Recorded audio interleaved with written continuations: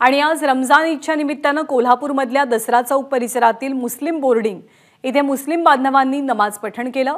विश्वशांती, बंधुभाव आणि अखंड भारत यासाठी प्रार्थना करत त्यांनी समतेचा संदेश दिला। मुस्लिम बोर्डिंगच्या पटांगणावरती पारंपरिक पद्धतीनं नमाज पठण झालं। या प्रसंगी शाहू महाराज छत्रपती, माजी गृहराज्यमंत्री सतेज पाटील यांच्यासह विविध मान्यवर उपस्थित होते। त्यांनी मुस्लिम बांधवांना ईदच्या शुभेच्छा दिल्या।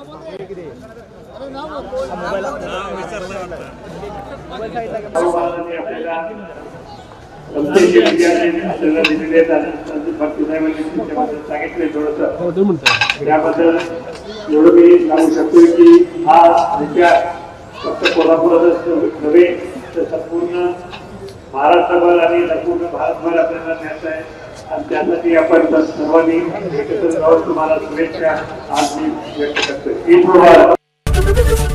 एबीपी माझा, उघडा डोळे बघा नीट।